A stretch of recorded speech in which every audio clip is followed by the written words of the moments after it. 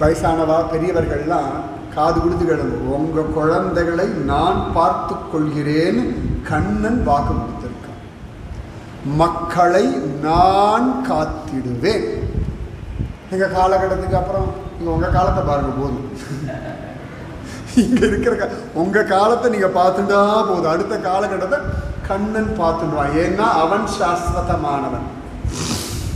ரங்கநாதன், ராமனுக்கு முன்னாடி வந்த ரங்கநாதன், இனியும் ரங்கநாதன் இருப்பார். ஸ்ரீரங்கம் ரங்கநாதன் இருப்பார்.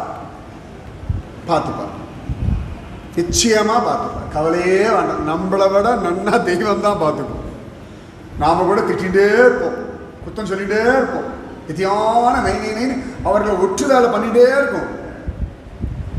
கண்ணன் அழகா மக்களை நான் காத்திடுவேன், வீடு பெருக்கி விளக்கேற்றி வைத்திடு.